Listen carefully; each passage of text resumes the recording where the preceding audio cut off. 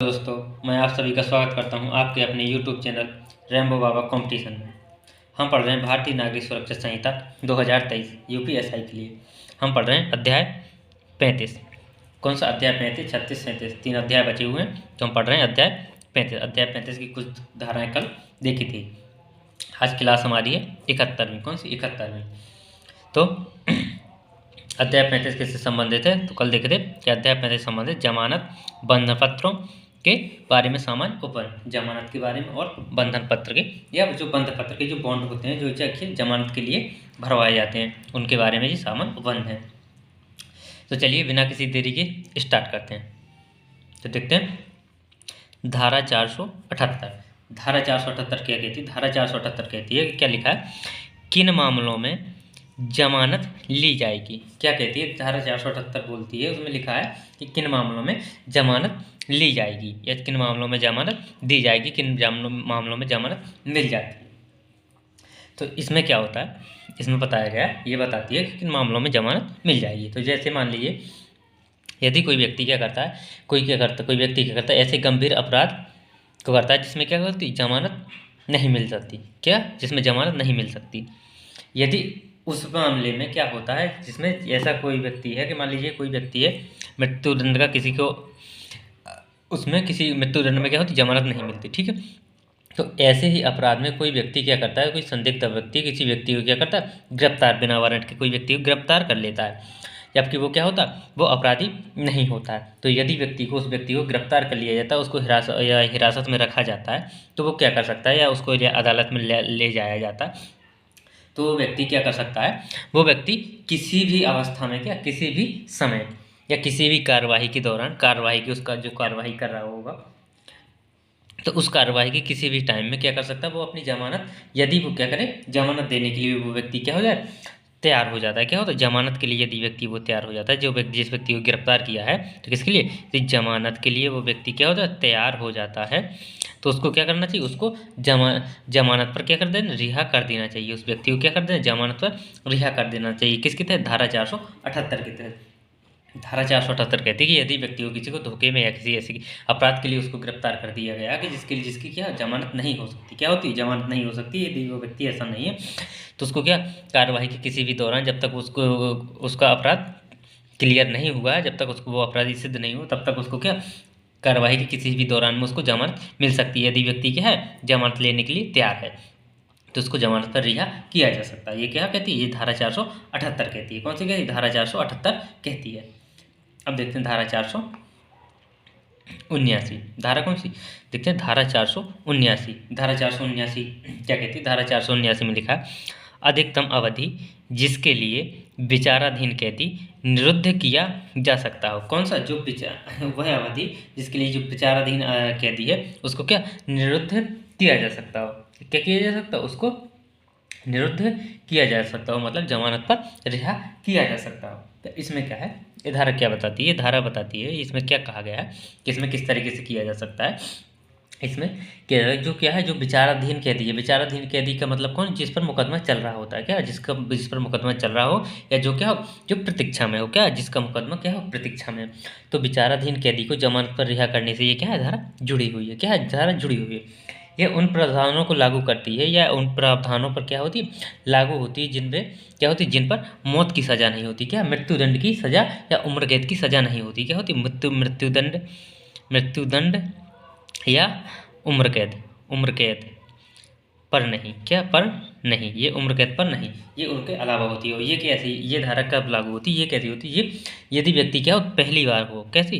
पहली बार किसी व्यक्ति ने पहली बार कोई अपराध किया हो, पहली बार क्या हो, अपराधी यदि व्यक्ति क्या है, पहली बार अपराधी, और कैसा है, केस कैसा, मृत्युदंड या आजीवन कारावास का नहीं है, तो ये क्या हो, ये धारा 479 उस पर लागू हो जाएगी। तो इसमें 79 लागू होगी, और इसमें क्या होगा कि यदि अगर कोई किसी व्यक्ति जो विचाराधीन कैदी है, वो क्या है, उसको जितने टाइम की क्या है, सज़ा मिली है, मान लीजिए उसको जिस टाइम की सज़ा, जितने दिनों की सज़ा मिली है, यदि उसने क्या, सज़ा को कितना आधा काट लिया, सज़ा को आधा काट लिया, तो उसको क्या कर सकते हैं, रिहा कर सकते हैं। उसको क्या, जमानत पर, किसको, उसको जमानत पर रिहा कर सकते हैं। यदि व्यक्ति ने क्या, पहली बार कोई अपराध किया है, और वो क्या है, मृत्युदंड से कम है या उम्र कैद से कम है, तो उसको यदि व्यक्ति वो अपनी सजा का आधा टाइम काट लेता है तो उसको जमानत पर फिर रिहा किया जा सकता है। क्या किया जाए, उसको जमानत पर रिहा किया जा सकता है। या क्या किया हो, उसने अपनी सजा का कितना 1/3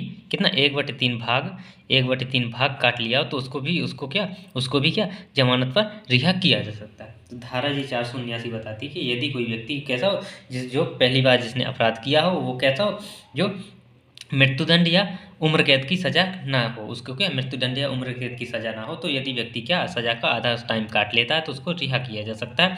या सजा का 1/3 भाग अगर काट लेता है तो उसको भी क्या रिहा किया जा सकता है। तो ये 479 कौन सी 479। अब देखते हैं धारा 480। धारा 480 क्या कहती है, धारा 480 में क्या है, धारा 480 में अजमानती कौन सा क्या अजमानती अपराध की दशा में कब जमानत ली जा सकेगी, कैसी स्थिति में, जो किसमें, जो अजमानती अपराध है, क्या है जो अजमानती अपराध है, जो गंभीर अपराध है, उनमें जमानत कब ली जा सकती है। अजमानती अपराध कहते कि जब यदि कोई व्यक्ति क्या करता है, जो किसी ऐसे गंभीर अपराध को करता है जिसके लिए क्या जमानत नहीं ली जा सकती है, जिसके लिए जमानत नहीं ली जा सकती, यदि उस व्यक्ति को क्या को तो उसको यदि ऐसे व्यक्ति को ऐसे व्यक्ति को कोई संदेह में क्या पुलिस संदेह में बिना वारंट के यदि व्यक्ति को गिरफ्तार किया कर लेती है, जैसे कि धारा 478 में व्यक्ति को गिरफ्तार कर लिया था, यदि संदेह में व्यक्ति को गिरफ्तार कर लिया जाता तो उसको किसी भी टाइम में उसको क्या जमानत मिल सकती है, क्या जमानत उसको मिल सकती है, जमानत पर उसको छोड़ा जा सकता है। लेकिन इसमें क्या होता है, लेकिन यदि उसमें क्या होता है, उसमें क्या होगा कि यदि व्यक्ति को जिस व्यक्ति को गिरफ्तार किया गया है, यदि उस व्यक्ति को क्या न्यायालय को क्या मिल जाए, अदालत को या पुलिस जो जिसने गिरफ्तार किया है उसको क्या उचित कारण मिल जाए, क्या उचित कारण मिल जाए, उचित कारण किसका मिल जाए, उचित कारण इसका मिल जाए कि यह अपराध इसी व्यक्ति ने किया है, किसने इसी व्यक्ति ने इस अपराध को किया है। यदि ये कारण मिल जाए कि यदि यह अपराध किसने इसी व्यक्ति ने किया है तो उसको इसी व्यक्ति ने किया है, और उसमें क्या उसकी सजा भी क्या पता चल जाए कि इसकी सजा क्या मृत्युदंड तक की इसको सजा मिल सकती है या आजीवन कारावास की इसको सजा हो सकती है, तो उसको क्या जमानत पर रिहा नहीं किया जाएगा, क्या नहीं किया जाएगा, उसको जमानत पर रिहा नहीं किया जाएगा। इस स्थिति में क्या उसको जमानत पर रिहा नहीं किया जाएगा।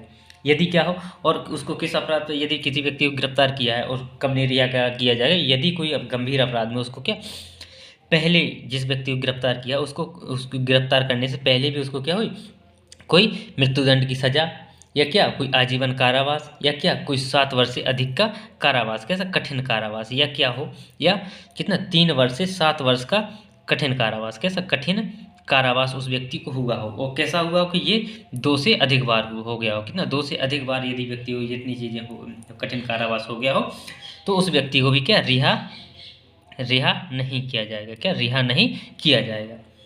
अब इस मामले में इसमें रिहा किसको किया जाएगा, किसको जमानत इसमें दी जाएगी, इसमें किसको रिहा जमानत दी जाएगी, तो जमानत उनको दी जाएगी जो क्या हो बच्चे हो, क्या हो बच्चे, या महिला हो या कोई व्यक्ति क्या हो बीमार व्यक्ति हो, तो उन व्यक्तियों को क्या जमानत दी जा सकती है, जो अजमानती अपराध है उनमें उनको जमानत दी जा सकती है, या किसको जिस पर क्या हो विशेष का न्यायालय खुद क्यों न्यायालय क्या करे विशेष कारण से, क्या कोई विशेष कारण हो जिसके कारण न्यायालय उसको जमानत दे सकता है। तो इन मामलों में बूढ़े बच्चों महिलाओं को क्या या बीमार व्यक्ति को जमानत मिल सकती है, या क्या किसको जो न्यायालय जिसके न्यायालय क्या करे जिस व्यक्ति के ऊपर विशेष कारण से कुछ कारण से उसको न्यायालय खुद जमानत दे दे।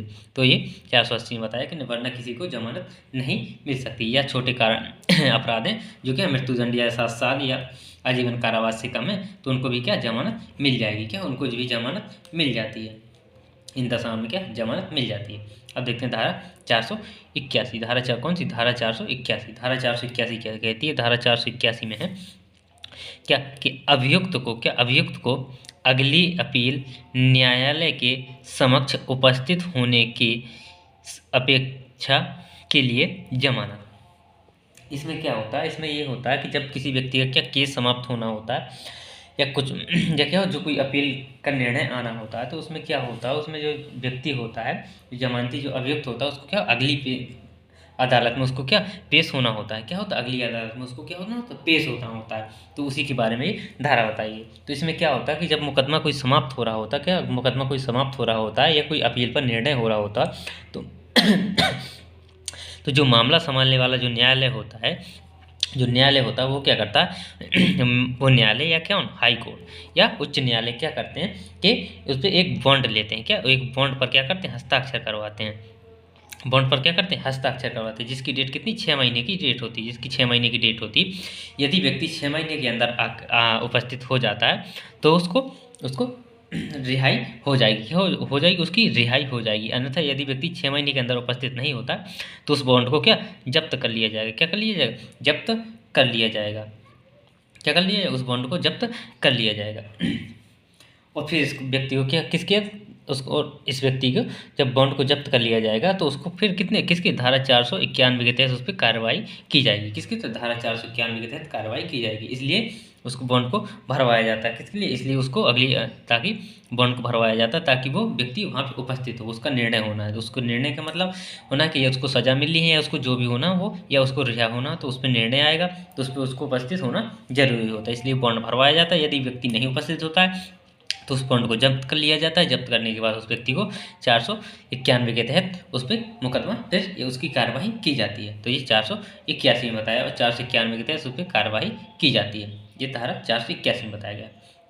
अब देखते हैं धारा 482। धारा 482 क्या कहती है, धारा 482 में गिरफ्तारी की आशंका करने वाले व्यक्ति की जमानत मंजूर करने के लिए निर्देश। आशंका मतलब ये क्या, अग्रिम जमानत, ये क्या है, अग्रिम जमानत। ये किससे, अग्रिम जमानत से संबंधित है, किससे, अग्रिम जमानत से संबंधित है। इसमें क्या होता है कि इसमें जब किसी व्यक्ति को यह आश्वासन हो या ऐसा किसी व्यक्ति को ये लग रहा हो कि उसकी जो उसे किसी ऐसे केस में गिरफ्तार किया जा सकता है जिसकी क्या जमानत नहीं हो सकती, क्या जिसकी जिसकी जमानत नहीं हो सकती। जब किसी व्यक्ति को यह लगता है कि उसको किसी ऐसे केस में गिरफ्तार किया जा सकता है जो क्या जमानत के लिए नहीं है, उसमें जमानत क्या होती नहीं होती है, तो वो क्या कर सकता है, वो व्यक्ति क्या कर सकता है, तो वो क्या कर सकता है, वो हाई कोर्ट को क्या, हाई कोर्ट या क्या कर सकता है, सेशन न्यायालय, क्या सेशन न्यायालय में वो क्या कर सकता है, आवेदन कर सकता है, क्या कर सकता है, आवेदन कर सकता है। सेशन न्यायालय इस पर क्या कर सकता है,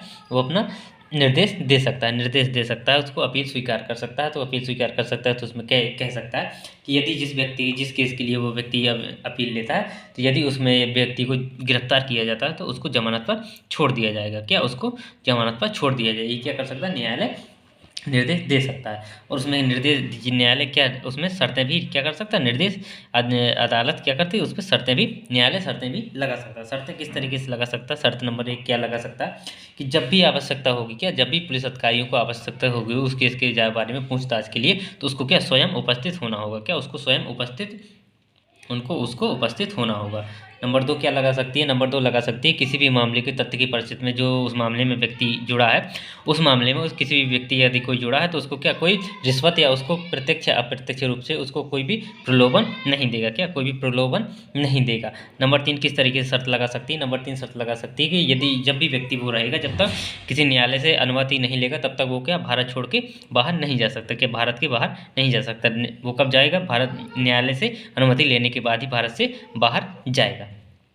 तो ये था धारा 482 में बताया गया। अब देखते हैं धारा 483।